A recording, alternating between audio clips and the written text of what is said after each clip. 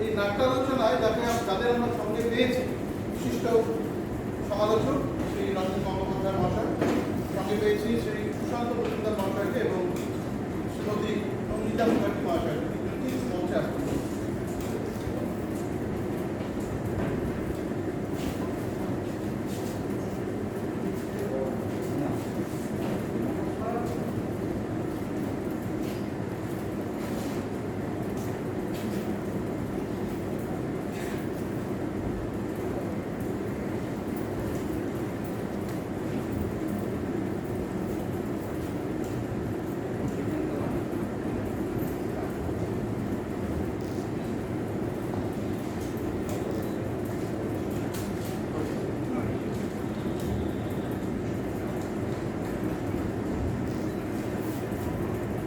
আলোচনার পর্বে পদার্পণ করার আগে প্রথমে আমরা বরণ করে নেব।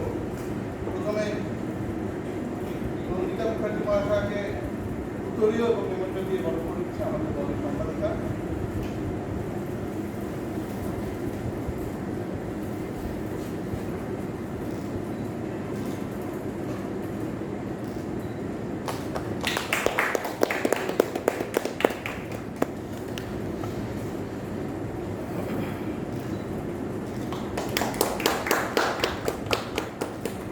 রঞ্জন গঙ্গোপাধ্যায় মহাশয়কে বরণ করছে আমাদের দলের সম্পাদক মানস দাস।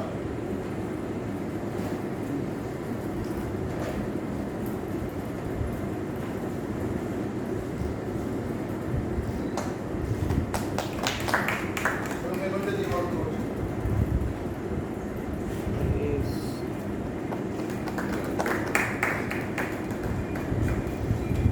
এবার সুশান্ত মজুমদার মহাশয়কে বরণ করছে আমাদের সম্পাদিকা এই গঙ্গোপাধ্যায়।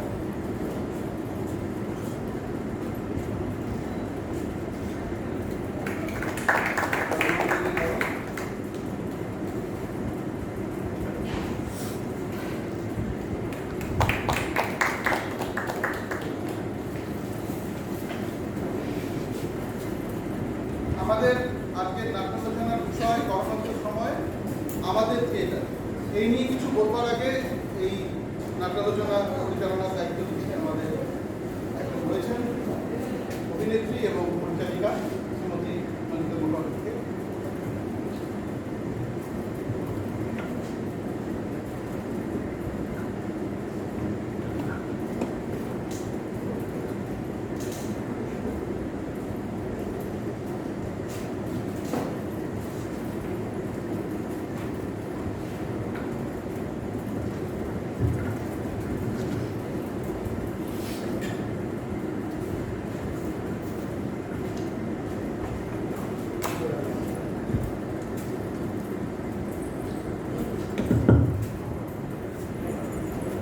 নমস্কার।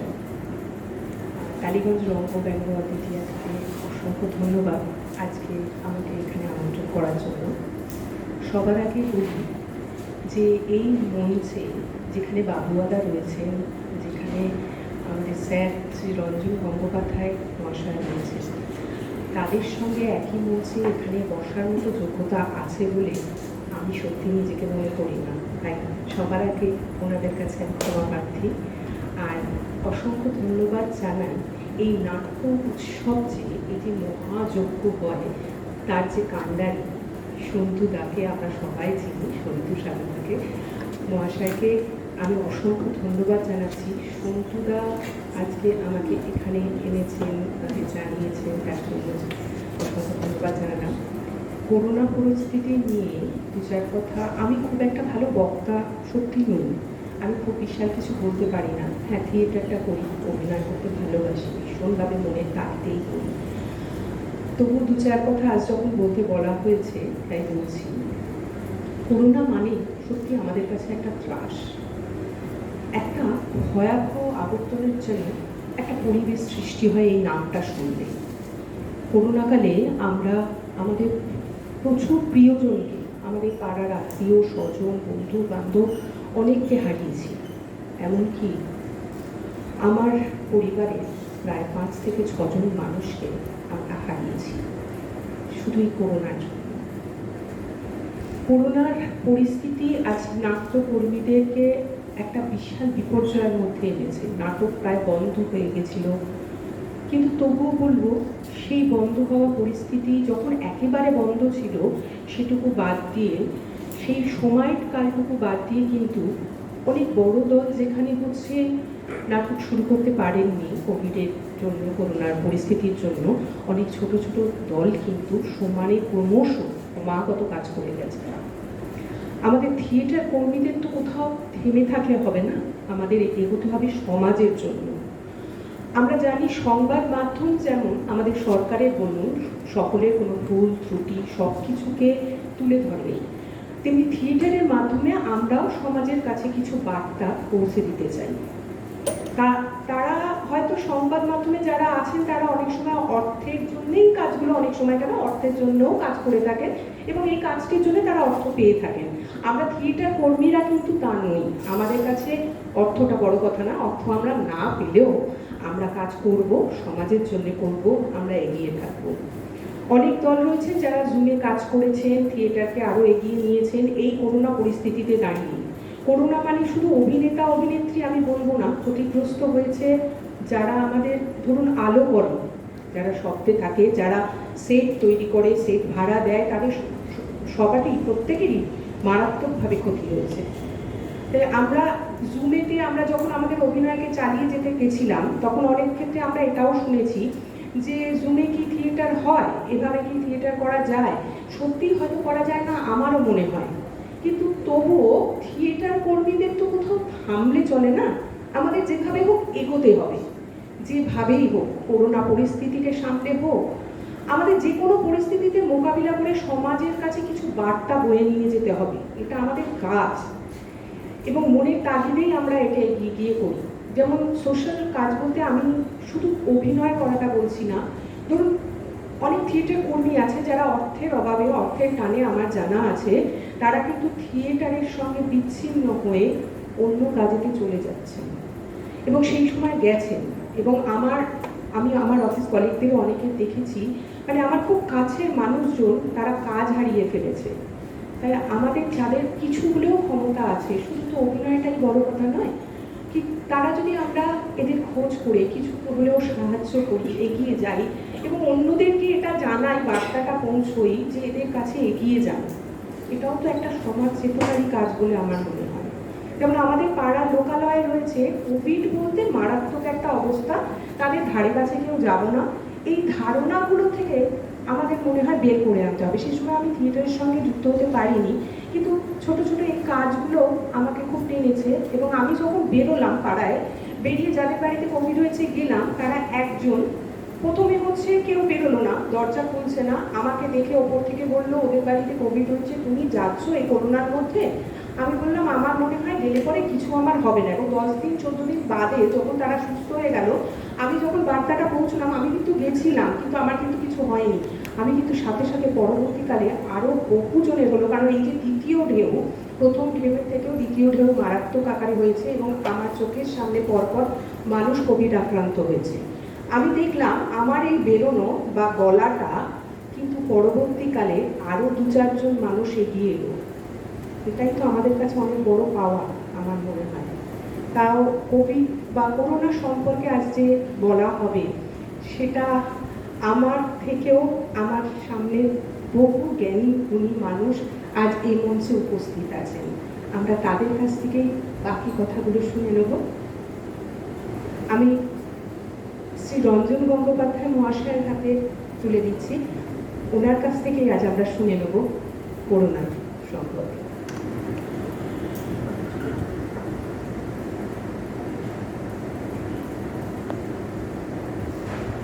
সবাইকে আমার শুভেচ্ছা, শুভকামনা। রঙ্গভঙ্গ দ্বিতীয় বন্ধুদের নবগান ভালোবাসা এবং আমাদের প্রিয় আলোচক তো আগে নন্দিতা বলল এবং বাবু আর সুশান্ত মজুমদার এবং আপনাদের সবাইকে ভালোবাসা হচ্ছে বড় কিছু নিয়ে অপরাণ ভালোবাসা আবার জানাই।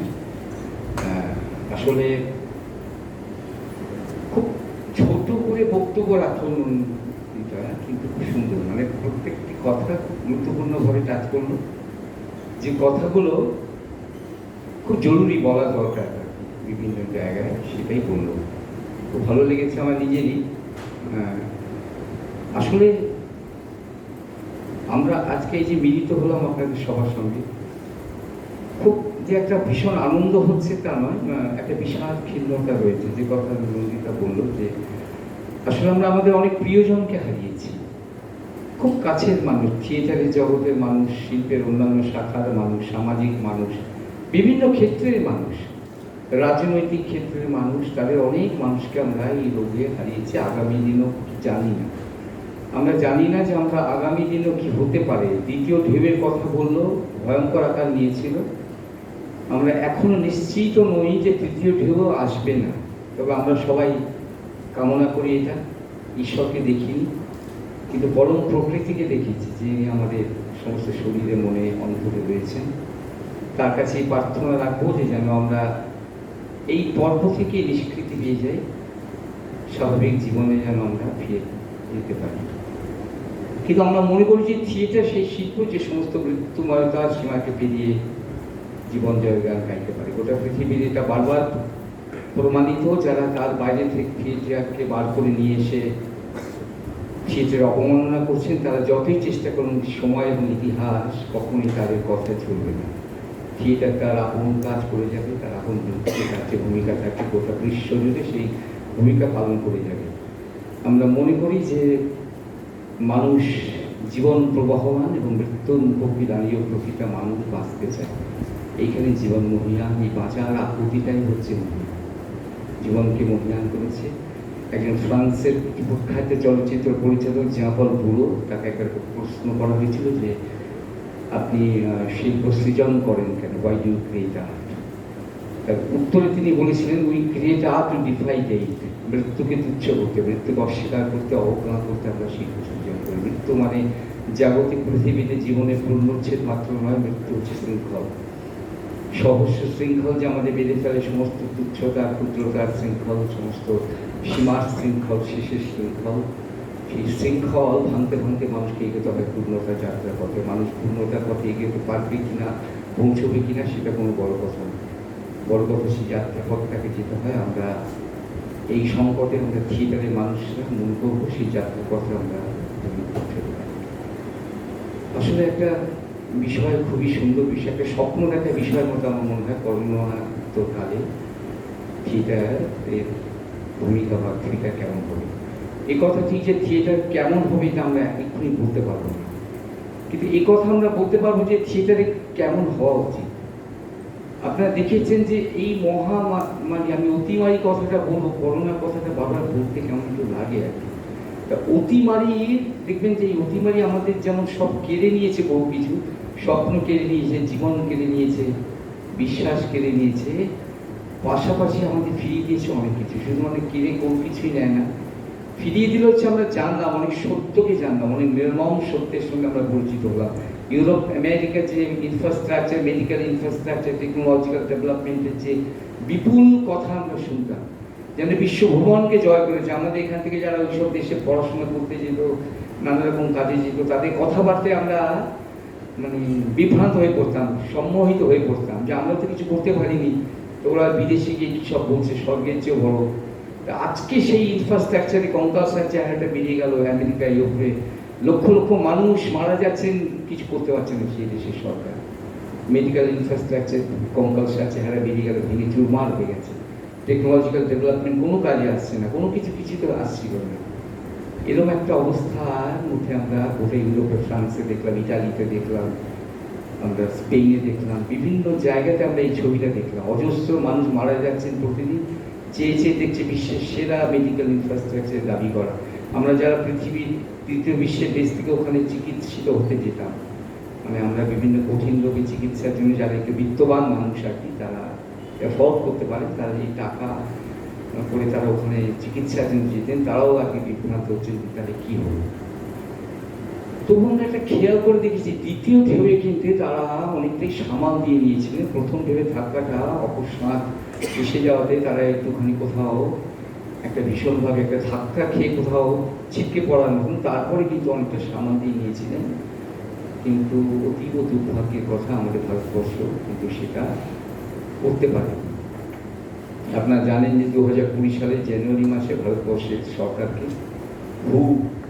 ওয়ার্ল্ড হেলথ অর্গানাইজেশন বলেছিল যে এখানে এরকম ধরনের একটি ব্যাপার ভাইরাস ঢুকে গেছে, আপনারা সতর্ক। তখন আমাদের সরকার কিন্তু কিছুই ভাবেনি। আপনারা জানেন কতগুলো ঘটনা সবার মনে আছে। তৎকালীন আমেরিকান প্রেসিডেন্ট ডোনাল্ড ট্রাম্প তিনি তার মিটিংয়ে প্রায় বিপুল জনসমাবেশ করেছিলেন। দিল্লিতে যখন কেজরিওয়াল শপথ নিলেন জিতে, সেখানেও বিপুল জনসমাগম, মানে হাজার হাজার মানুষের সমাগম হয়েছিল। অর্থাৎ আমরা করোনাকে এখানকে দেখে আনি, যেমন আজকে তৃতীয় ঢেউয়ের ভয় পাচ্ছি আমরা খুব বিনীতভাবে বলি দুর্গা পুজোতে এভাবে করার কোনো প্রয়োজন ছিল না।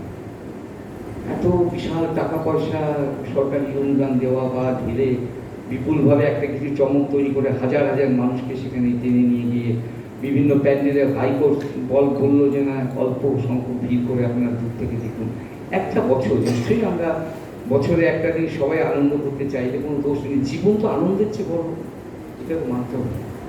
একটা আস্ত জীবন, সেটা তো আমাদের এই তাৎক্ষণিক আনন্দের চেয়ে নিশ্চয়ই বড়, আমি স্বীকার করবো। আমার মনে হয় আরেকটু সতর্ক হয়ে আমরা যদি সবাই ভাবতাম, সরকারে যদি সেইভাবে আরেকটু ভাবতেন, তাহলে হয়তো আমরা আজকে যে আতঙ্কটা আমরা পাচ্ছি, বিভিন্ন জায়গায় শুনছি কোয়ারেন্টাইনে সমস্ত জোন তৈরি করা হচ্ছে, আমি জানি না আদৌ কোথায় আমরা থাকবো। তবে যাই হোক, এই ব্যাপারটা কিন্তু ওই সময় আমাদের দেশের সরকার গুরুত্ব দিলেন না, যার জন্য আমরা ভয়ঙ্কর রকম একটা বিপদের মধ্যে আমরা পড়ে গেলাম। আমাদের তো মেডিকেল ইনফ্রাস্ট্রাকচার নিঃসন্দেহে অনেক দুর্বল ছিল। তো আমরা একটা জিনিস জানতাম, সেটা হচ্ছে খুব দ্রুত লকডাউন করে দেওয়া। এটা আমরা খুব ভালোভাবে জানতাম, ইউরোপের দেশগুলো অতটা জানতো না। ওরা লকডাউন করছে আস্তে আস্তে, বিভিন্ন ফেজে করেছে, কিন্তু আমরা লকডাউনটা 1 মিনিটের মধ্যে করে দিলাম। 1 লহমায় 18 কোটি মানুষ বেকার হয়ে গেল, যারা এই বিভিন্ন ছোটখাটো কাজকর্ম করতেন। এবং যেটা নন্দিতা বললো, আমাদের থিয়েটারের মানুষদের একটা অংশ, নেপথ্য শিল্পী যারা, তারা কিন্তু কর্মহীন হয়ে পড়ার ফলে তারা বিভিন্ন অন্য কাজে চলে গেল, কেউ হয়তো কাজ পেলই না।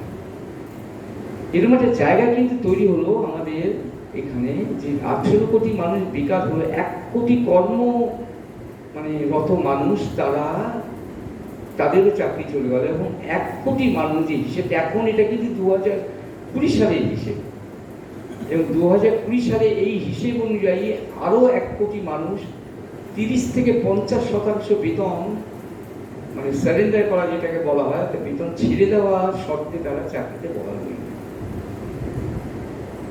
তার মধ্যে পরিযায়ী শ্রমিকদের কথা আমি বলছি, তাদের একটা বিরাট সংখ্যা আছে।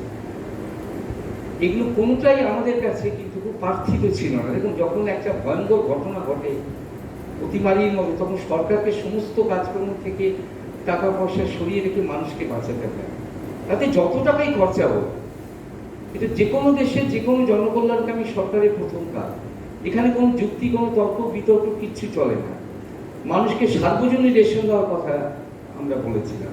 আমরা থিয়েটারের মানুষদের কথা বলেছিলাম, যারা নেপথ্য শিল্পীরা, যারা প্রথমে 8 মাস, তারপরে পরে 5 মাস, প্রায় 2 বছরই ধরুন এদিক ওদিক করে।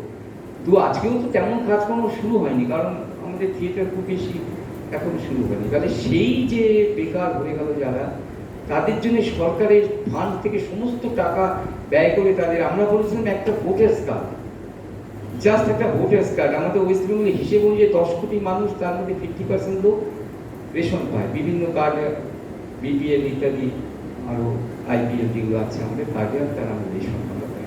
কিন্তু আমরা জানি না তার মধ্যে শিল্পী কারা, কারা কবিতা লেখেন, কারা গান লেখেন, কারা নেপথ্য শিল্পী, যারা সঙ্গীত রচনা করেন বা সঙ্গীতের শব্দ প্রকৃতক, যারা আলোর কাজ করেন, যারা ড্রেস করেন, যারা মেকআপ করেন, সেই সব শিল্পীদের অবস্থাটা, সংখ্যাটা কত আমরা জানি না।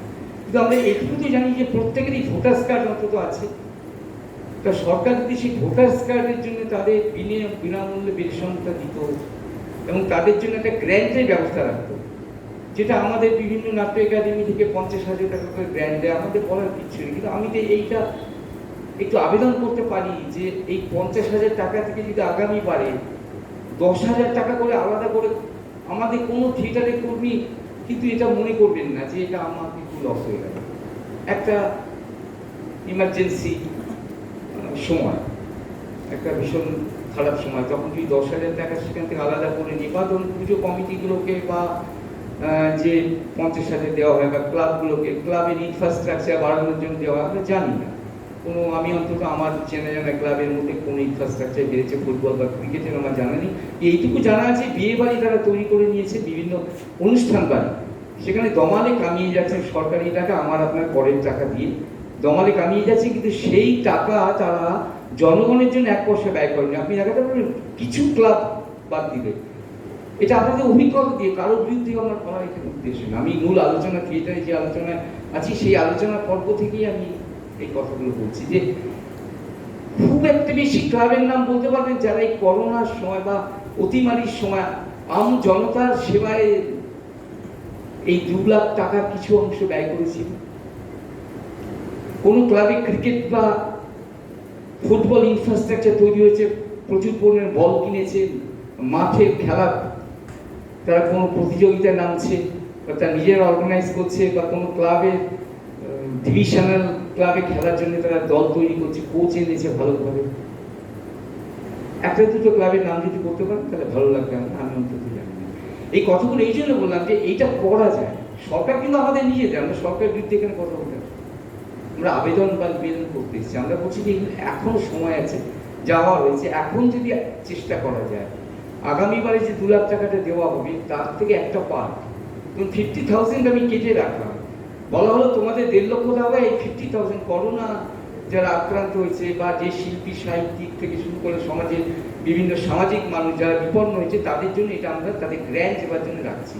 নাট্য একাডেমি যে গ্র্যান্ট দেয় 50,000, তার থেকে কিছু সামান্য, এমনকি সেন্ট্রাল গভর্নমেন্টের যে গ্র্যান্ট দেওয়া তাতেও সেন্ট্রাল কেন্দ্রীয় সরকার সামান্য কিছু একটা পার্ট সেখান থেকে রাখতে পারেন। আমার মনে হয় তাতে কেউ আমরা বলবো না যে আমাদের নেপথ্য শিল্পীদের বা আমাদের যে প্রফেশনাল অ্যাক্টর, ধরুন আমাদের এখানে প্রচুর প্রফেশনাল অ্যাক্টর আছে, আপনারা জানেন অ্যাক্ট্রেস আছে, আজকাল এখন অ্যাক্ট্রেস বলা হয় না, অ্যাক্টর সবাইকে বলা হয়, তো তারাও কিন্তু নিয়মিত দলের থেকে পয়সা পান পেতে, মানে দৈনিক শোয়ের শেষে তারা পেতেন, এখন তো প্রায় অনেকেই পাচ্ছেন। সেই টাকাটা বন্ধ হয়ে গেছে, কলশো বন্ধ হয়ে গেছে, কলশো বন্ধ হয়ে গেছে। তাহলে এই জায়গাটায় কিন্তু আমাদের একটা করার একটা জায়গা সুযোগ আছে। তো হলগুলো বিশেষ করে সরকারি হল, আমি মনে করি একটা নির্দিষ্ট টাইম, কোনো তর্ক বিতর্ক কিচ্ছু নয়, সরকার পরিষ্কারভাবে তথ্য সংস্কৃতি মন্ত্রী বিভিন্ন হলের, সরকারি হলের যারা মানে আয়োজক বা হলের সংগঠক থাকি তারা হল চালান, তাদের দেখে না একটা মিটিং করে 1/3 করে দিই। তো কোনো হলে ভাড়া যদি 12,000 হয়, এক কথায় 3,000 টাকা ভাড়া হবে, কোনো প্রশ্ন নেই। 2 থেকে 3 বছর এটা চলতে পারে, কারণ আমাদের এই সংকট কাটিয়ে উঠতে এই সময়টা লাগবে। 3,000 টাকা হলে ভাড়া হবে, প্রত্যেককে ছাড়তে হবে, সঙ্গীত শিল্পী তাদের একটু ছাড়তে হবে, প্রত্যেকটা মানুষকে তার কিছু কিছু করে ছেড়ে দিতে হবে, টাকা পয়সা ছেড়ে সরকারের পাশে থাকতে হবে। আমি এই কথা কখনো এখানে বলতে আসি না, আবার বলছি, কেন্দ্রীয় হোক রাজ্য হোক, কোনো সরকারের বিরোধিতা করার জন্য আমি এই কথাগুলো বলছি না, আমি বলছি নিবেদন। তাহলে এই মানুষগুলো বাঁচবে কি? আজকে ধরুন একটা চালু হলো, চালু হওয়ার সঙ্গে সঙ্গে কি প্রচুর নেপথ্য শিল্পীরা প্রচুর পরিমাণে কাজ পেয়ে যাবে। তারপরে ধরুন এখন আরো অনেক কিছু কিছু জিনিস তৈরি হচ্ছে, প্রত্যেকের নিজস্ব লাইটের লোক, নিজস্ব দলে তারা অন্য জায়গা থেকে লোককে নিচ্ছেন না। তাহলে কি হচ্ছে, যে সমস্ত যারা আলোর কাজ করছেন, মিউজিকের কাজ করছেন, যারা ড্রেসের কাজ করছেন, তারা তো সার্বজনীনভাবে আর কাজ পাবেন না। তাহলে সেই শিল্পীদের বাঁচানোর দায়িত্ব কার? আমি তো শুধুমাত্র ভোটের জন্য একটা সরকার চালাই না, আমি জনকল্যাণের জন্য সরকারকে চালাই। তাই মানুষের পাশে থাকার একটা দায় আমাদের থেকে যাচ্ছে। তো এই কথাটা আমি এই জন্য বললাম যে এইগুলো আমাদের যদি না হয় তাহলে কিন্তু আমরা সমস্যার মোকাবিলা করবো না। এখানে আমি এসে দুটো কথা আপনাদের বলে যাচ্ছি, কিন্তু এখানে 3-4টে থিয়েটার হবে, হয়তো একটা ফেস্টিভ্যাল হবে, কিন্তু আগামী দিনে কিন্তু আরো অনেক কিছু না হলে সেই সব শিল্পীদের অবস্থা ফিরবে না। কারণ জানবেন যে একটা তাদের দীর্ঘদিন তারা বিভিন্নভাবে ব্যাংকের জমানো টাকা বা বিভিন্ন টাকা ধার করে তারা হয়তো চালিয়েছে, এবারে সেই টাকাগুলো তাদের শোধ করার একটা সময়, তাহলে কি করে তারা চালাবে? তাই আমি মনে করি সরকারি বেসরকারি নানা স্তরে আমাদের প্রয়াস চালানো দরকার। এবং এই একটা অবস্থার পরে আমরা যখন এই মানুষের এই যে ব্যাপক বিপর্যয়, তার যে একটা অবস্থা, তখন আমরা যখন থিয়েটারের কাছে আসবো তখন আমাদের থিয়েটারের ভূমিকা কি হতে পারে। তখন থিয়েটারের তো চিরকালই তো তাই, থিয়েটার মানুষের পাশেই থেকেছেন। ইতিহাস যদি দেখেন যে আমি বেশি একটু পেছন থেকে যদি চলে যাই, যে 50 বাংলা, ইংরেজি 1943 সাল এক মহাদুর্ভিক্ষ হয়েছিল, আপনারা জানেন, যারা ইতিহাসের ছাত্র তারা জানেন যে সেই দুর্ভিক্ষের সময় কিন্তু শিল্পীরা, বিশেষ করে তখনকার দিনে ভারতের গণনাট্য সঙ্গীত যারা শিল্পী ছিলেন তারা পথে নেমেছিলেন, পথে গান গেয়ে নেমেছে। শুধু গান গেয়ে মানুষকে তারা জাগাননি, আমি একটা গান গিয়ে জাগিয়ে দিলাম, থিয়েটার করে জাগিয়ে দিলাম, এরকম ব্যাপার না। জাগলে কি হবে? জাগলে তো খিদে পাবে, তাই না? তো আমরা যদি তাদের খাদ্য না দিতে পারি, তারা ওই গান গিয়ে থিয়েটার করে তারা পয়সা আদায় করেছে, মানুষ থেকে পয়সা নিয়েছেন, অর্থ নিয়েছেন। সেই অর্থ দিয়ে তারা লোমরখানা খুলেছেন, চাল ডাল গম ইত্যাদি কিনেছেন, সবজি কিনেছেন, তারা নিজেরা রান্না করেছেন। এটা আমার কোনো বই পড়ে না, এটা হচ্ছে রেবা রায়চৌধুরী নাম আপনারা শুনেছেন, তৎকালীন দিনে গণনাট্য সংঘের প্রখ্যাত অভিনেত্রী রেবা রায়চৌধুরী, যিনি পরবর্তীকালে বহু হিন্দি বাংলা ছবিতে অভিনয় করেছেন। খুবই আমাদের শ্রদ্ধা মাতৃসভা করে দিয়েছেন। ইনি আমায় বলেছিলেন যে ওই লঙ্গরখানা ওনারা খুলেছিলেন, সেই লঙ্গরখানায় নিজেরাই রান্নাবাড়ি করতেন, খিচুড়ি থেকে শুরু করে তরকারি নানা রকমের খাবার দাবার তারাই পরিবেশন করতেন। এইভাবে মানুষের গভীরে তারা ঢুকেছিলেন বলে মানুষ এটি গ্রহণ করেছিল। এই বিপন্ন থিয়েটার শিল্পীদের তারা আপনজন মনে করেছিলেন। কেন আজকে থিয়েটারে আম জনতার উপস্থিতি নেই, এর মূল্যায়ন করতে গেলে একটা আলাদা সেমিনার দরকার, আমি সেই পথে যাচ্ছি না। কিন্তু এটা ভাবতে হয় যে আমরা হয়তো সেভাবে মানুষের পাশে থাকতে পারিনি বলে মানুষ হয়তো সেভাবে আমাদের পাশে আসতে পারেনি।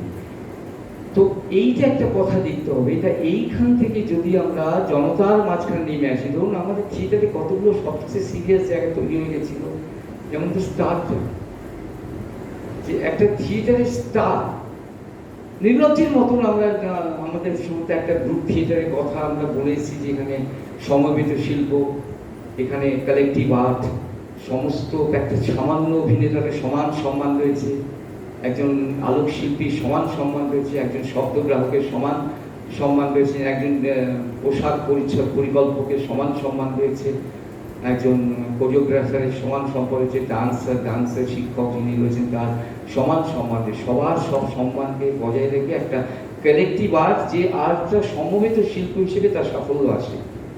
যখন একটা নাটকে প্রযোজনা সফল হয় তখন ওই একটা মেশিনের মতো তার একটা স্ক্রু বা নাটবল্টু সমান গুরুত্বপূর্ণ হয়।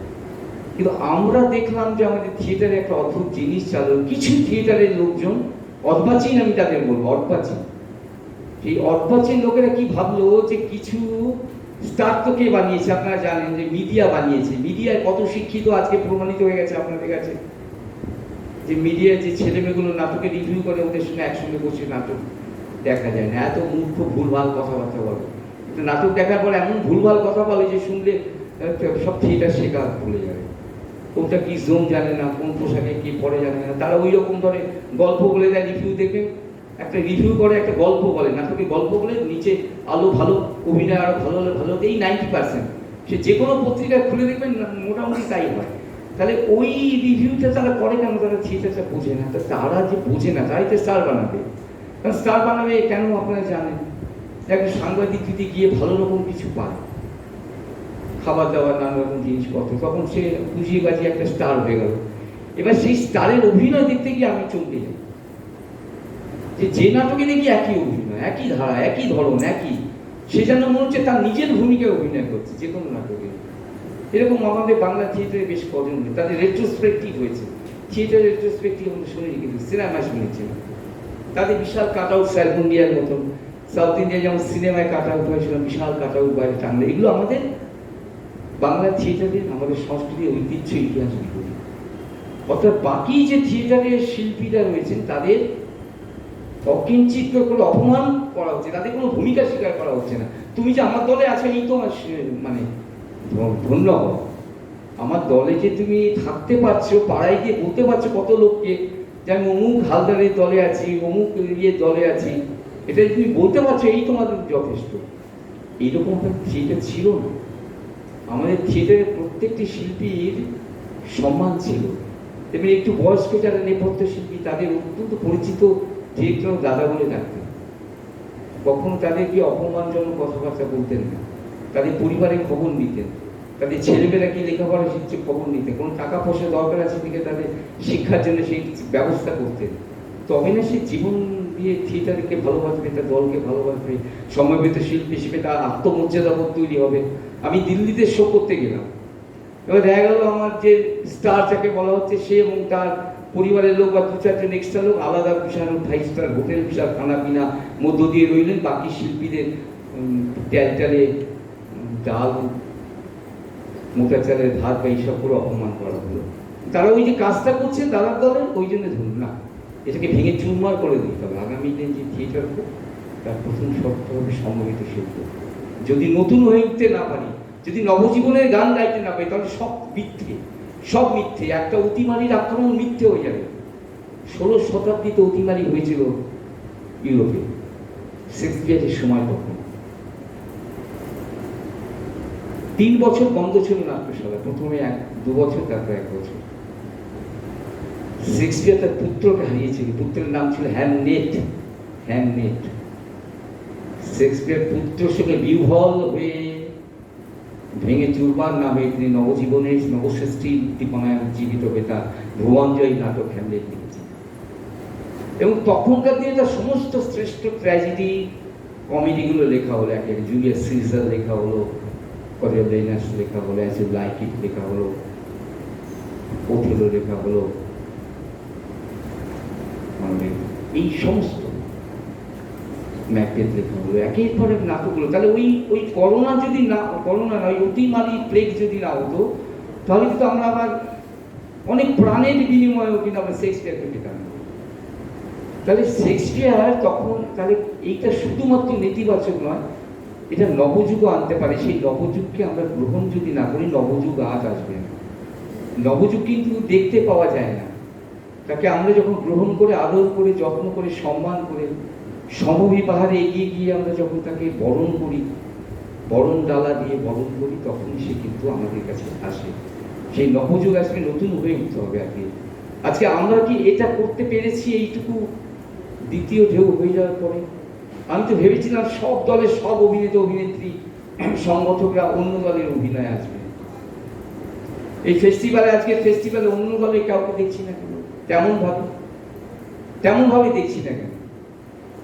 কালকে আপনারা জানেন আমাদের সংকেত থিয়েটার গ্রুপ সেমিনার করেছিল। আমার ব্যক্তিগত জীবনে আমি এত ভালো সেমিনার খুব বেশি করি, কারণ এত সুন্দর পরিবেশ, কিন্তু সেখানে তো আগে একটু শ্রোতা আসতে পারতো। সেটা কি শুধুমাত্র সংকেতের দায়িত্ব? ফেসবুকে পোস্ট করা হয়েছে, নানাভাবে সবাইকে জানানো হয়েছে। তাহলে এই মিনিমাম দায়িত্বটুকু, 5টার সময় সেমিনার এমন কোনো টাইম নয় যে আমি খাওয়ার টাইম নেই ওই সময়, আমার ওই সময় ঘুমোবার সময়। কেউ যদি বলে আমি অকারভাবে ঘুমাই, জীবনটাই আমার ঘুমানো, তাহলে সেই সব লোক দিয়ে আমার তো কাজ হবে না। তাহলে দুপুরে 5টা থেকে 8টা পর্যন্ত একদিন যদি একটু না ঘুমাই, সেখানে চায়ের ব্যবস্থা ছিল, সব কিছু ছিল, অনেকে আসে। এই আসার জন্য সংকেতটা থিয়েটার গ্রুপের বন্ধু নন্দিতা বা ভরত, ওদের কোনো দোষ নেই। দোষটা হচ্ছে থিয়েটারের আম জনতা, যারা নতুন হয়ে উঠতে পারছে না। আজও হিংসি, আজও আমার একটা প্রযোজনা ভালো হলে আমি মুক্ত কণ্ঠে বলতে পারছি না যে কি সুন্দর কাজ আপনারা করেছেন, আসুন না আমাদের ফেস্টিভ্যালে আসুন। আরো বেশি দল সমবেত ফেস্টিভ্যাল করতে পারছেন না।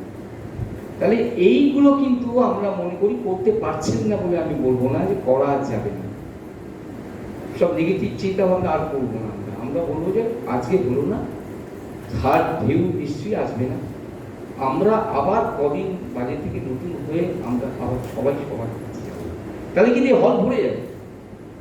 আজকে যারা ফেস্টিভ্যাল করছে, রঙ্গব্যঙ্গ অদ্বিতীয়, ওরা আজকে ফেস্টিভ্যাল করবে। এরপরে যখন অন্য দল ফেস্টিভ্যাল করবে, ওদের সভ্যরা গিয়ে সেখানে উপস্থিত হবে। এইভাবে হতে হতে কিন্তু আমরা একটা জায়গায় পৌঁছে যেতে পারবো। এবং এই যে এখন একটা চারপাশে দেখছি, আমি তো কিছু চেঞ্জ দেখছি না, যে একজনকেই শুধু উদ্বোধক হিসেবে সব জায়গায় ডাকা হচ্ছে। সেই অদ্ভুত ব্যাপার, গ্র্যান্ড ফ্যান্ড্রি কি সব ব্যাপার চলছে। তারপরে দেখা যাচ্ছে সেই চেনা একই লোক সব জায়গায়, মানে উদ্বোধক অতিথি সব জায়গায় একই, প্রায় ঘুরিয়ে ফিরিয়ে দল, তাদের চেনা দল। এটা কি চেঞ্জ হওয়া বলে কি? তাহলে অতিমারি কি শেখাল? অতিমারি তাহলে একটাই শেখাতে পারতো, সব কজন ভারতবাসীকে মৃত্যু মুখে ফেলে দিয়ে শূন্য করে দিত, হা হা হা হা করতো দেশটা, কোনো মানুষ জীবিত নেই। তাহলে ওটা একমাত্র আমরা শিখতে পারতাম যে নতুন যুগ আছে। আবার কেউ কখনো হয়তো ছিটকে ছুটকে এসে একদম জন্মে এখানে পড়ে গেল, পড়ার পর আবার নতুন করে একটা সভ্যতা তৈরি হলো, ভারতীয় সভ্যতা। তাহলে বোধহয় একটা কিন্তু চেঞ্জ হবে, আমার ধারণা তাই। কারণ চেঞ্জ কিছু হচ্ছে না, মানুষ সেই একই জায়গায় রয়েছে।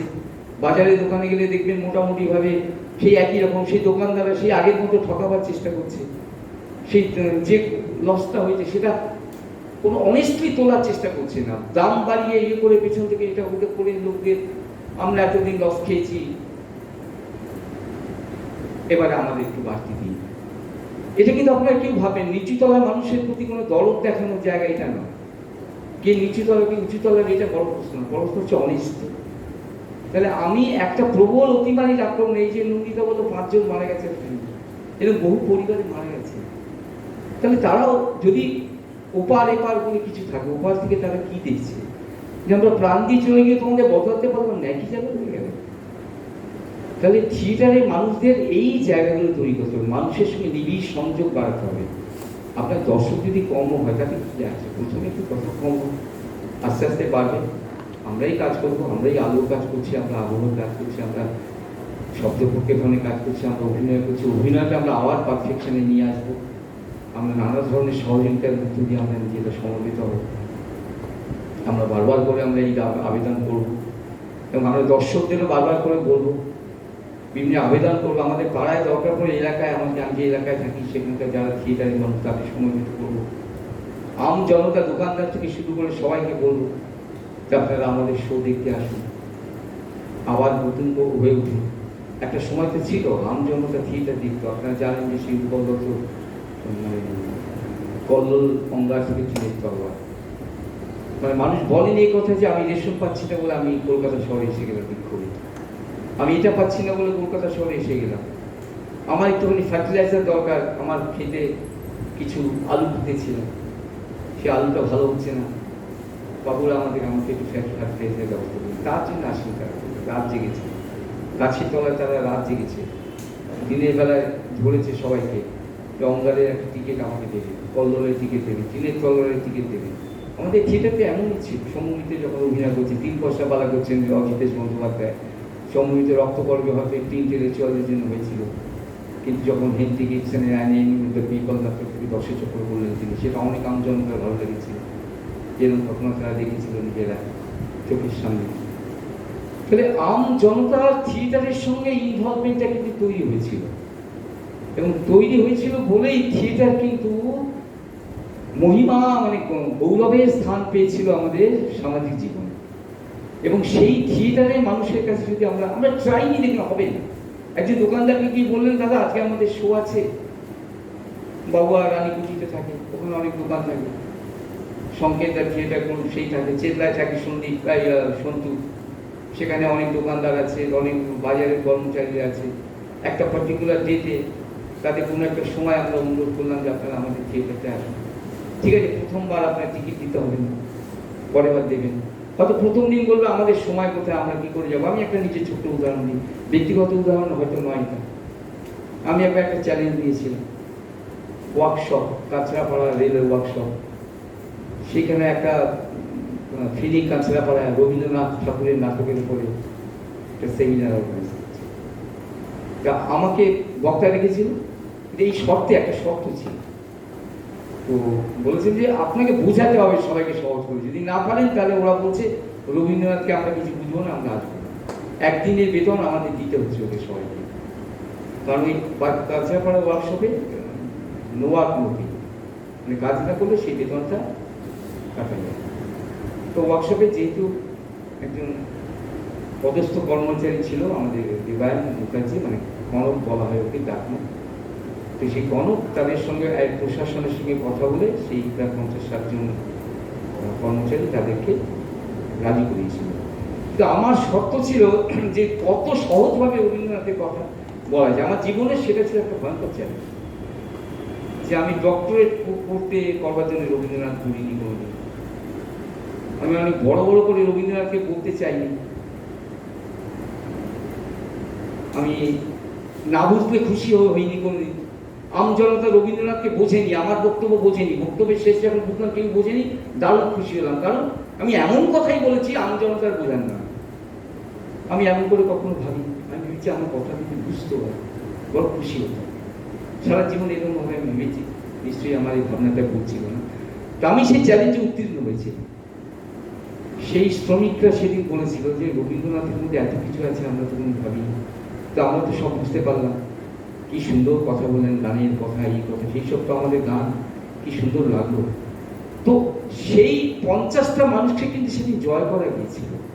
তারা পরবর্তীকালে অন্তত 50 জনের মধ্যে 30 জন যারা থিয়েটারের স্থায়ী দর্শক হয়ে গেল। কাজটা কঠিন, কিন্তু ছেড়ে দেওয়া যাবে না।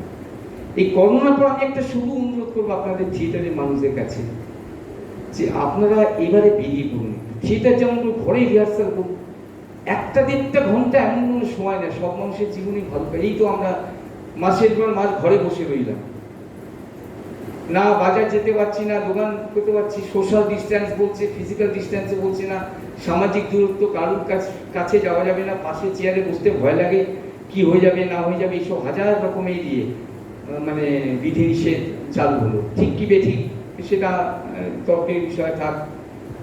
মাস্ক পরা, এই পরা, স্যানিটাইজার, কোটি কোটি টাকার বিজনেস হচ্ছে, আমাদের পকেট খালি হয়ে যাচ্ছে, কত খরচা বেড়ে গেল। বোতলকে বোতল স্যানিটাইজার কিনতে হচ্ছে, হ্যান্ড ওয়াশ কিনতে হচ্ছে, এটা মাস্ক কিনতে হচ্ছে, এই বিশাল চাল ডালের সংস্থা নেই। দেখুন, একটা জিনিস সবসময় মনে রাখতে হবে, আপনার আছে মানে এই নয় দেশটা সবার আছে। আমি একটা চাকরি করতেন ভালো, আপনি এখনো করেন, হয়তো সরকারি চাকরি করেন, চাকরিটা চলে যাবে, বা আপনি হয়তো পেনশন পাচ্ছেন, চলে যাবেন, আপনি পেনশনটা পাচ্ছেন, তার মানে এটা ভাববেন যে দেশের জনতার একই অবস্থা। তাহলে আমরা এই কাজটা কিন্তু যদি করি, দায়িত্ব নিই, যে সব জায়গায় জায়গায় গিয়ে মানুষকে বলা যে আপনারা থিয়েটারে আসুন, গানে আসুন, সব ভেঙে ফেলতে হবে। রবীন্দ্রনাথের গান রবীন্দ্র সদনে বসে অন্যভাবে নেবেন না, কাঁদলে হবে না। রবীন্দ্রনাথের গান গাইতে গিয়ে কান্নাকাটি করলে হবে না। পীযূষ কান্তি সরকারের নাম আপনাদের মনে আছে, অকাল প্রয়াত মহান শিল্পী বলবো, পিনাকেতে লাগে টঙ্কার, বসুন্ধরার পঞ্জর তলে, গিয়ে দেখিয়ে দিয়েছিল কি করে গাইতে হয়। যে আমরা সবার পিনাকেতে টঙ্কার লেগেছিল, জেগে উঠেছিলাম, রবীন্দ্রনাথের গানে কি করে জাগতে হয়। কিন্তু আমি যদি ওই সফিস্টিকেটেড রইতে সেজে গুজে এসে পাঞ্জাবি পরে, বা মহিলা বলে এখন দারুণভাবে চুলের স্টাইল করে, এটা করে সেটা করে, শার্ট করে পাশে বসে দারুণভাবে একটা সফিস্টিকেটেড রইতে রবীন্দ্রনাথের গান উচ্চারণ নিয়ে সচেতন, ভীষণ এটা নিয়ে সচেতন, গায়কী নিয়ে সচেতন, সেখানে জনতা কিন্তু আর গেল না, কিছু বুদ্ধিজীবী মানুষই গেল, হাহা করলো, করে বললো দারুণ দারুণ দারুণ রবীন্দ্রনাথের গান। রবীন্দ্রনাথ আর জনতা, কৃষক, শ্রমিক, মধ্যবিত্ত জনতার কাছে পৌঁছুন। যেদিন রবীন্দ্রনাথ কৃষক তার কণ্ঠে গান গাইলেন, তার ইন্টোনেশনই গান, আমার হিয়ার মাঝে লুকিয়েছিল দেখতে তোমায় পাইনি। এই গান যখন একজন কৃষকের কণ্ঠে উঠে আসবে, সেদিন রবীন্দ্রনাথকে সম্মান দিতে পারতেন। বড় আক্ষেপ নিয়ে মানুষ তো চলে গেছে, বলেও গেছে সেই কথাটা। আমরাও সেই কাজটা এখন করবো, যে এই কাজে আমরা সবাই মিলে করবো। আমি করব, আপনি করবেন, বাবুয়া করবেন, নন্দিতা করবেন, সন্তু করবে, সবাই, রঞ্জিত বাবু আছেন, সৌভনিকের বন্ধুরা আছেন, সবাই আমরা এই একটা ছোট্ট কাজ। সৌভনিকে যেদিন শো থাকবে তখন খুব ভালো এখন একটি নাটক ওনারা করেন, দর্পণ, খুবই মূল্যবোধের নাটক, ভীষণ রকম। তো এই নাটকের শোটা 2-3টে শো যদি আমরা লসে দিই, এবার আমরা এই কালীঘাট অঞ্চলে, চন্দন দাস তার বাড়ি, এবার কালীঘাট অঞ্চলের মানুষদের ধরে ধরে আমরা যদি একটু বলতে পারি যে এই শোটা আপনারা একটু আসুন, একটা দিন কষ্ট পায়, তাদের একটু দায়িত্ব নিয়ে আসা, এইভাবে থিয়েটারের স্ফিয়ারটাকে বাড়ানো এবং থিয়েটার যে সমবেত শিল্প, এই বোধটাকে নিয়ে আসা। তাহলে আপনি কিন্তু কথা বলে কিছু করতে পারবেন না, কারণ এই পয়সা যারা কামাচ্ছে তারা কিন্তু আপনার কথা শুনবে না। ওই স্টার দিয়ে তারপরে দেখবেন যে লক্ষ লক্ষ টাকা কামাচ্ছে, মানে থিয়েটার চলে যাক, ওই স্টারদের দেখি আমি লক্ষ লক্ষ টাকা কামাচ্ছি, তারা কিন্তু থামবে না। ও টাকার ওই মানে ভীষণ ব্যাপার আর কি। একটা করে নাটক, আরে বাবা কি বলবো, নাম বললে তো খারাপ লাগে, বলে কোনো লাভ নেই। 2-3টে নাটক দেখবেন সেইসব স্টার দিয়ে, আরে বাবা চাণক্য অভিনয় করছে, লোকে হো হো হো করে হাসছে। কি অভিনয়টা কি বলুন তো, চাণক্য আমি বুঝি না, শেখাচ্ছে আমাকে নাকি? চাণক্য ওরকম, চাণক্য হচ্ছে মহান দার্শনিক, মহান শাসক, মহান দার্শনিক। বুঝতে ভুলেছে এই দেশে মূর্খ লোকেরা তাকে ওই কৌটিল্যের, চাণক্য মানে কুটিল, একে হত্যা করছে, তাকে করছে, তা নয়। চাণক্য সুশাসন দিয়েছে, চুরি ছিল না, ডাকাতি ছিল না, খাদ্যাভাব ছিল, নারীর মর্যাদা প্রতিষ্ঠিত হয়েছিল এমন শাসক, যেদিন তিনি বুঝলেন যে হৃদয়কে উপবাসী থেকে শাসন করা যায়। আমাদের এখানে কোন শাসক পারবে এক কথা ছেড়ে দিয়ে মহাজীবনের পথে যাত্রা করতে? অন্যদের ঠিকানা তা সেই কন্যা আদ্রির হাত ধরে অনন্তের পথে যাত্রা শুরু করল। সব ক্ষমতা ছেড়ে দিয়ে চাণক্য। এই তো চাণক্য। কোনো কুটিল, কোনো ন্যারোনেস, কোনো মন নিয়ে কেউ চাণক্যর ভূমিকা অভিনয় করতে পারে দেখেছেন? কোনো ন্যারো ধর্মীয় উন্মাদনা নিয়ে কেউ করতে পারে কোনদিন? পারবে না, কোনদিন পারবে না। এই দুদিন বাদে আপনাদের মনে হবে এই অভিনয় ও ঠিক করছে না, ভুল অভিনয় করছে মনে হবে। কারণ এই উদারতা, এই বিশ্ব মানে বার্তা, এই বিশ্ব মানে মহাজীবনকে ছোঁয়া দিয়ে চেষ্টা, এইটাই আমাদের থিয়েটারের বার্তা। আজকে আমরা এই একটা সুযোগ আমাদের এসেছে, এই সুযোগটাকে আমরা হাতে লাগাই। আজকে এত বড় ফেস্টিভ্যাল করছে রঙ্গভঙ্গ অদ্বিতীয়া। এই সন্তুর কথা বলেছে, সত্যি আমাদের ভাই, ও কিভাবে লড়াই করছে থিয়েটার থেকে বাঁচাবার জন্য। আজকে আমরা ওর পাশে থাকবো। ও তো ব্যক্তি মাত্র নয়, ও একটা সমষ্টিগত একটা মানে বিশ্বাসের প্রতীক হয়ে উঠছে ক্রমশ, যেখানে ও দাঁড়িয়ে থেকে সমস্ত ফেস্টিভ্যাল করছে। আমরা সেই ফেস্টিভ্যালের পাশে থাকবো না? অনেক মানুষ সেই ফেস্টিভ্যালে আসবেন না, তারা মত বিনিময় করবেন, বলুন, সমালোচনা থাকলে বলুন, ভালো লাগছে না বলুন, সরে থাকবেন না। এই সরে না থাকার জন্য আমাদের কিছু দায়িত্ব নিতে হবে। আমরা দেখি না, চেষ্টা করি, ভেঙে চুরমার হয়ে যাবো। দুটো পথ তো খোলা আছে, ভেঙে চুরমার হয়ে মানে বিলীন হয়ে যাবো, নয়তো নবজীবনের নবোত্থানে আমাদের উত্থান ঘটবে, নতুন হয়ে উঠবো, নতুন জীবন, একটা সুযোগ। জীবন একবার, ওয়ান্স ইন এ টাইম, আমরা একবার মাত্র জীবনটাকে পাই। সব বড় জন্ম কি আছে আমি দেখিনি, ঈশ্বর দেখিনি, দেখুন যা দেখছি তার চোখের সামনে দেখছি। সেই একটা জীবন দিয়ে আমি নতুন করে যদি হয়ে যেতে পারি, কাকে? আমার ছেলে, পুত্র, কন্যা, তার জন্য তো আমি কিছু করে যাব। তারা তো সব হারিয়ে যাচ্ছে, ভুলে যাচ্ছে, স্বার্থপর হয়ে যাচ্ছে, কোথাও কিছু করতে পারছে না। সেই থিয়েটার আঙিনায় তাদেরকে নিয়ে আসে। বারবার বলবো না, no stardom, no stardom. Star বাদ দিয়ে আমরা থিয়েটারকে বরাবর সফল করেছি, অনেক কম্পিটিশনে করেছি আমরা। কেউ শুনেছে উৎপল দত্তের নাটক দেখে কেউ বলছে চলো ভাই, কেউ বলেছে অঙ্গার দেখ না দেখে বলেছে চলো। এই দেখেছে উৎপল দত্তের অভিনয়, আরে বাপরে কল্লোলে উৎপল দত্তের অভিনয়, আরে বাপরে দিনের তলায় কাপ্তেন বাবুর অভিনয়, ওই তাপসেনের আলো দেখেছো, ওরে বাপরে বাপ, চল চলো আলোটা দেখে আছে, আলোটা শেষ হয়ে গেলে উঠে চলে আসবে। ও কাপ্তেন বাবুর অভিনয়টা না আগাগোড়া আছে, পুরো দেখা যাবে না ভাই, তাহলে আমাকে পুরো নাটকটা দেখতে হবে, কারণ কাপ্তেন বাবুর অভিনয়টা আমি দেখতে যাচ্ছি। অজিতেশ বন্দ্যোপাধ্যায়ের অভিনয়, ওরে বাপরে বাপ, 3 পয়সা পালা মাহিন্দ্র, কি অভিনয়! হ্যাঁ, বাপুনের, ওরে বাপরে বাপ, আমার শরীর কেমন করে ওঠে বাপুনের অভিনয় দেখে। না না, অজিতেশ বন্দ্যোপাধ্যায়ের জন্য শুধু আমি যেতে পারি, বাকিরা তো ছাড়ো তো, কে কি করছে, এই কখন শিশির ভাদ্রির সময় বলেছেন। কারণ শিশির ভাদ্রির সময় থিয়েটারের দুটো নেগেটিভ দিক ছিল। উনি নিজে চেষ্টা করেছিলেন থিয়েটারকে সমবেত শিল্পী হিসেবে গড়ে তোলা, কিন্তু শিশির কুমার ভাদ্রি বড় দুর্বল চিত্তের মানুষ ছিলেন। আপনারা জানবেন, ইতিহাস কাউকে ক্ষমা করে না। তিনি তার চারপাশে সব বামন আকৃতি ছোট ছোট অভিনেতাদের আনতেন, যাতে ওরাকে দেখা যায়। উৎপল দত্ত, সৌম্য মিত্র, অজিতেশ বন্দ্যোপাধ্যায়, বিভাস চক্রবর্তী এবং মুখোপাধ্যায়রা কিন্তু সেইটা করেন। তাই আজ সোয়েক গেল যুদ্ধের কথা বলে আমরা সোয়েককে দেখতে চাই, সোয়েকের দর্শন দেখতে চাই, তার মর্যাদা দেখতে চাই।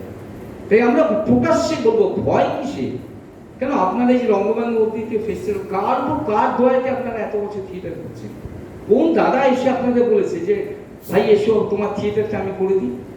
নিজের জোরে করছে সুশান্ত, নিজের জোরে সন্তুরা কাজ করছে, নিজের জোরে বাবুয়ারা কাজ করছে, নিজের জোরে নন্দীদারা করছে, নিজেদের জোরে। হতে পারে তাদের ত্রুটি আছে, বিচ্যুতি আছে, সীমাবদ্ধতা আছে, সেগুলো কাটিয়ে উঠে তারা নতুন করে আবার করবে, কিন্তু তারাই করছেন। কোন স্টারকে এনে আমার থিয়েটার জনক, আমার জেলার গ্রামের অনেক থিয়েটারের দল বহু পরিচিত একটা স্টারকে নিয়ে আসছে। আরে ভাই, বসে দেখা যায় না, চাণক্য কিন্তু হাসির খোরাক করবি, লাফিং স্টক, হাউ ডে! চাণক্যর অভিনয় করতে গিয়ে লাফিং স্টক করে ফেলছে। কি অভিনয় রে ভাই! একটা লোককে দেখবো, তাকে দেখবো না, চাণক্যকে দেখবো, বুঝি না। এই দুটো তীব্র প্রতিবাদ করতে হবে আমাকে। এবারে আমি একটু নামে যাচ্ছি, একটুখানি কিছু মনে করবো। ডাকঘর, স্বপ্ন সন্ধানী ডাকঘর দেখেছিলাম নন্দিতা ফেস্টিভ্যাল, আমার চেনা ওদের সবার সঙ্গে। চিত্রাদি, মহিষী অভিনেত্রী শ্রদ্ধা, চিত্রা দিয়ে আমায় জিজ্ঞাসা করলো ডাকঘর নাটকের পরে যে আপনার কেমন। আমি একটা কথা বলছিলাম যে ডাকঘর আমার মনে অনুকম্পা তৈরি করছে না, চোখে জল হচ্ছে না, এ কেমন ডাকঘর? খুঁটে খুঁটে বাজার অর্থনীতিকে নিয়ে আসা। আরে বা তুই ইন্টেলেকচুয়াল হয়ে গেলি নাকি? ইন্টেলেকচুয়াল রবীন্দ্রনাথের উপরে ইন্টেলেকচুয়াল হয়ে গেল নাকি? হ্যাঁ, মহামুশি খোদার পর করতে হবে। রবীন্দ্রনাথের ডাকঘরটা নিটোল ভাবে তুলে ধরুন, যেমন করে সলিল বন্দ্যোপাধ্যায় করেছিল, সৌম্যমিত্র করেছিল। দেখবেন চোখে জল এসে অনুকম্পা লাগবে। অমলের ব্যথা, এই বিশ্ব ভুবনের ব্যথা শরীর আপনি হবেন, যে বন্দিত্বের বিরুদ্ধে অমলের যে লড়াই, যে মহাজীবনের পথে যাত্রা, পূর্ণতা যাত্রা পথে অমলের যাত্রা, যেখানে চারপাশে সুরমালি রয়েছে, প্রকৃতির বালিকা, যেখানে চারপাশে রয়েছে ঠাকুরদা, রয়েছে চাচা শ্বশুর। এই সবটা নিয়ে আমি আরেকটু বলে শেষ করবো, কারণ বাবু আছে। আসলে আমি যে কথাটা মূল কথাটা আপনাকে বলছি সেটাই, যে আজকে আর আপনারা ভাববেন না, এবারে সময় এসেছে নতুন হয়ে ওঠে। আমরা স্টারডামকে বিদায় করবো, আমরা পাশে থাকবো সবার, আমরা দর্শকদের পাশে থাকবো, এক দল আরেক দলের অভিনয়ে আসবো, আমরা পরস্পরকে মত বিনিময় করবো, আমরা সমস্তভাবে এই থিয়েটার শিল্পকে বাঁচাবার জন্য আমরা প্রমাণ করে দেবো যে আমরা নতুন হয়েছি। সরকার কাছে আবেদন করবো, সঙ্গীত আপনারা আমাদের সঙ্গীত একাডেমির প্রাক্তনকে আমাদের চেয়ারপারসন সোনাল মান সিং, তিনি একটি ভার্চুয়াল দিয়ে আমার কথা এগুলো শিল্পীর একটা রেশন পর্যন্ত এই প্রতিমারই সময় পায়। তাহলে শিল্পীরা বাঁচবে কি? তারা তো আর কিছু করেনি, তারা তো কোনো চাকরি করেনি, বাকি করে দেশকে শুধু সৌন্দর্য দিয়েছে, মানুষের কাছে তারা পৌঁছে দিয়েছে গান, জীবনের গান। তাদের পাশে আমাদের সবার থাকা উচিত। আমি মনে করি এই কাজ আমরা করব। আমরা কেউ হীন নয়। যারা আজকে ফেস্টিভ্যাল করছেন, আগামী দিনে আরও অনেক ফেস্টিভ্যাল হবে, তারা প্রত্যেকেই আমি মনে করি অত্যন্ত গুণী, সম্মানীয়। তাদের নাট্য প্রতিভা, নাট্য সম্পর্কিত মানে প্রজ্ঞা, এগুলো কখনোই আমরা উপেক্ষা করার জন্য তারা নিজেরাই স্বয়ং কোনো স্টার বা কোনো স্টারডামের কাছে মাথা নত করার কোনো জায়গা নেই। সবাই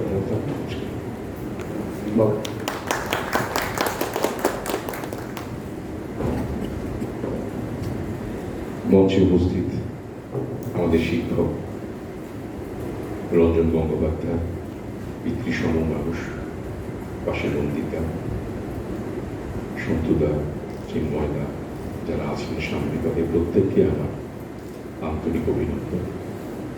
আসলে খুব অল্প সময়, 5টা থেকে নাটক শুরু হবে, এখন 4টে বাজে, তার আগে মঞ্চসজ্জার জন্য কিছুটা সময় আমাদের দিতে হয়। আমি শুধু 2-4টি কথা বলি, খুব বেশি কথা বলার সময় আপাতত নেই। আজকের যে বিষয় ছিল এখানে, যে করোনোত্তর সময়ে বাংলার থিয়েটার বা থিয়েটারের অবস্থা, আমার ব্যক্তিগতভাবে মনে হয় যে করোনার আগে যে থিয়েটারটা আমরা করতাম, করোনা যখন শুরু হয়নি যে থিয়েটারটার সঙ্গে আমরা জড়িত ছিলাম, যেভাবে আমরা থিয়েটারটা করতাম, পরবর্তীকালে এই থিয়েটারটার বোধহয় খুব একটা আমূল পরিবর্তন হয়নি। আমরা আগে কষ্ট করে পয়সা রোজগার করে, পয়সা দিয়ে, নিজেদের পকেটের পয়সা দিয়ে থিয়েটারটা করতাম, এখনো তাই করি। খুব বেশি ডিফারেন্স হয়নি। ডিফারেন্সটা কি হয়েছে? হয়েছে আমাদের মূল্যবোধে। এতটা 2 বছর আমরা ঘরে বসে কাটিয়ে দিলাম। করোনা থেকে আমাদের অনেক কিছু শিক্ষা নেওয়ার ছিল, কিন্তু সেই শিক্ষাটা আমরা এখনো পর্যন্ত নিয়ে উঠতে পারিনি। যদি নিতাম, যদি সেই শিক্ষা করোনা থেকে আমরা গ্রহণ করতে পারতাম, তাহলে পুজোর সময় লক্ষ লক্ষ লোক রাস্তায় ঘুরে বেড়াতো না। আমরা ঘুরে বেরিয়েছি। যারা বড় বড় কথা বলছি যে কেন এত কেন, আমরাই রাত জেগে দল বেঁধে বুঝ খালিফা দেখতে গেছি। আশ্চর্য ব্যাপার, আমরাই বলছি এভাবে পুজোটা করাটা উচিত হয়, অথচ আমরাই রাস্তায় ঘুরে ঘুরে বেড়ালাম। আমরা যারা থিয়েটার করি তাদের কথা বলছি, অন্য লোকদের কথা বলছি না। কারণ যারা থিয়েটার করি আমরা মনে করি তারা নাকি এগিয়ে থাকা মানুষ, একটু একটু একটু একটু মাথা উঁচু করা মানুষ থিয়েটারের মানুষ। যদি সত্যি সত্যি থিয়েটারের মানুষ আমরা হতে পারতাম, আসলে আমার মনে হয় থিয়েটারটা কোনোদিন তার নিজের পায়ে দাঁড়াতে পারল না। সবসময় করুণা, অনুপ্রেরণা, দান, ও দেবে, তা দেবে, সে দেবে, ও হল ভাড়া কমাবে, কেন আমরা করতে পারিনি? এটা আমাদের ব্যর্থতা। আসলে এই থিয়েটারটার মধ্যে আমরা কোনোদিন কোনোভাবে কোনো দর্শনকে তৈরি করতে পারিনি। আর যেখানে দর্শন নেই সেখানে বিশ্বাস তৈরি হয় না, আর যেখানে বিশ্বাস নেই সেখানে মৃত্যু অনিবার্য। আমার মনে হয় অন্য কারো ভিন্ন মত হতেই পারে। থিয়েটারটা একটা দর্শনের জায়গা ছিল, একটা কমিটমেন্টের জায়গা ছিল। যে থিয়েটার আমরা দেখেছি আগে, আমাদের আগে যারা থিয়েটার করেছে তাদের দেখেছি সাংঘাতিক কমিটমেন্ট, করতে হবে মানে করতে হবে। আর এখন হ্যাঁ করবো, করছি, কিন্তু পাড়ায় কলার তুলে বলবো আমি থিয়েটার করি। এই হচ্ছে আমাদের দর্শন, থিয়েটারের দর্শন তৈরি হচ্ছে। নিজের পায়ে দাঁড়াতে পারলো না থিয়েটারটা কোনোদিন। এবং অদ্ভুত ভাবে থিয়েটার তো আমরা বিচ্ছিন্ন করেছি, করোনা তো আমাদের বিচ্ছিন্ন করেছেই, তার আগে থেকেই আমাদের বিচ্ছিন্ন করার কাজ। রাষ্ট্র কোনোদিন আমাদের সংঘবদ্ধ হতে দেয়নি। যদি হতো তাহলে যেদিন সারা কলকাতার রাস্তায় জুড়ে বিজ্ঞাপন তৈরি করেছিল এরশাদের ভাগ হবে না, আমরা রাস্তায় বেরিয়ে প্রতিবাদ করিনি।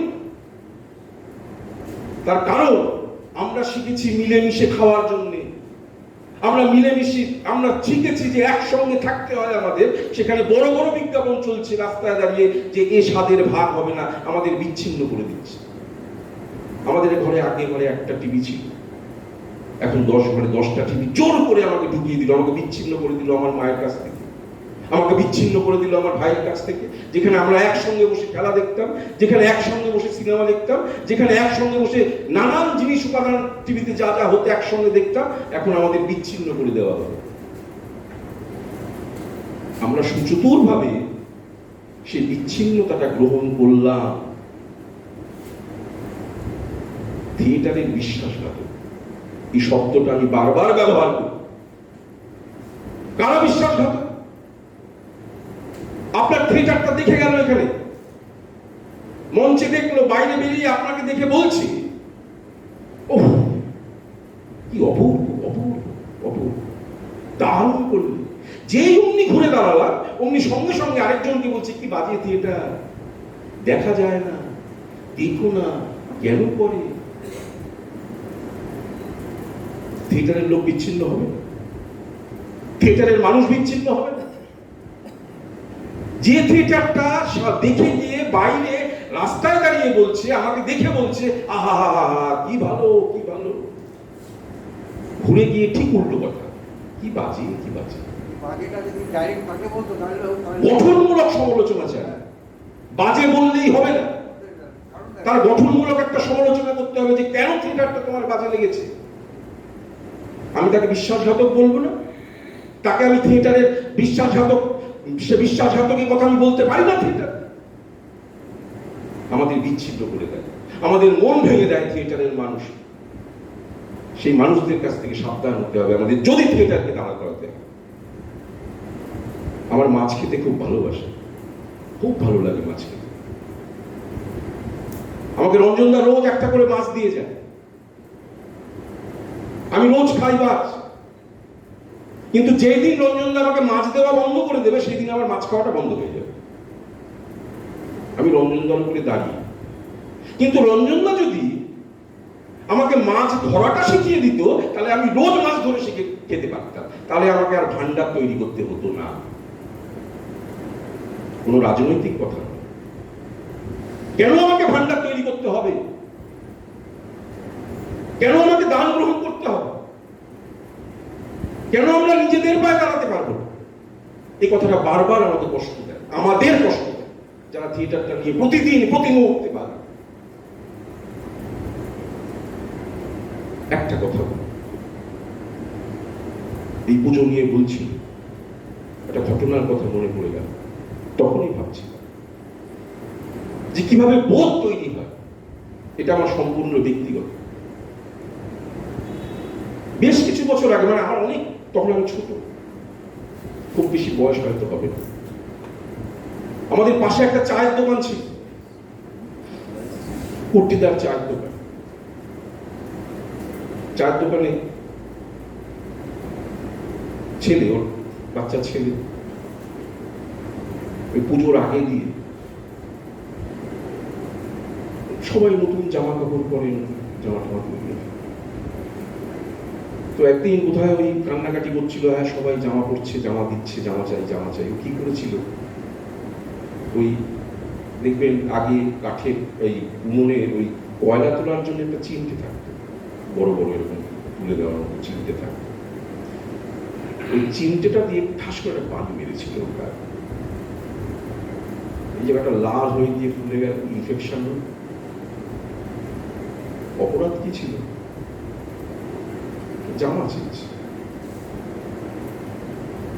তো সেদিন থেকে আমার প্রতিবার যখন পুজো আসে, এখনো মনে হয় ছেলেটা জামা চেয়েছিল বলেও একটা চিমটের বাড়ি গিয়েছিল বাবার কাছে। সেদিন থেকে আমি ঠিক করেছিলাম পুজোতে আমি নতুন জামা পরবো না, এখনো পরি না। ওই বোধ আমাকে, ওই দর্শনটা আমাকে কাজ করিয়েছিল, অন্য সময় করবো। অপরাধ নয়, পুজোতে নতুন জামা কাপড় পরা অন্যায়, অপরাধ নয়, করতেই পারে। কিন্তু ওই দিনটা আমাকে বড় কষ্ট দিয়েছিল। এই বোধ যতক্ষণ আমাদের মধ্যে তৈরি না হবে, আমি বড় বড় থিয়েটারের কথা বলে গেলাম, মঞ্চে বড় বড় কথা বলে গেলাম, বাইরে গালাগাল দিলাম, ভালো ভালো ভালো ভালো ভালো ভালো কথা বলে গেলাম, অথচ আমি যেটা বিশ্বাস করলাম সেটা করলাম না। কেন আমার সঙ্গে থাকবে? কেন মানুষ আমার সঙ্গে থাকবে? থিয়েটার বরাবরই বিচ্ছিন্ন, বরাবরই বিচ্ছিন্ন। সুতরাং আগে যা ছিল, পরবর্তীকালে যা হয়েছে, খুব বেশি ডিফারেন্স তৈরি হয়নি। তার কারণ আমাদের বোধগুলোই তো তৈরি হয়নি, দর্শনই তৈরি হয়নি, আমাদের বিশ্বাস তৈরি হয়নি। আমরা অনুপ্রেরণায় বেঁচে আছি, দাঁড়ে বেঁচে আছি।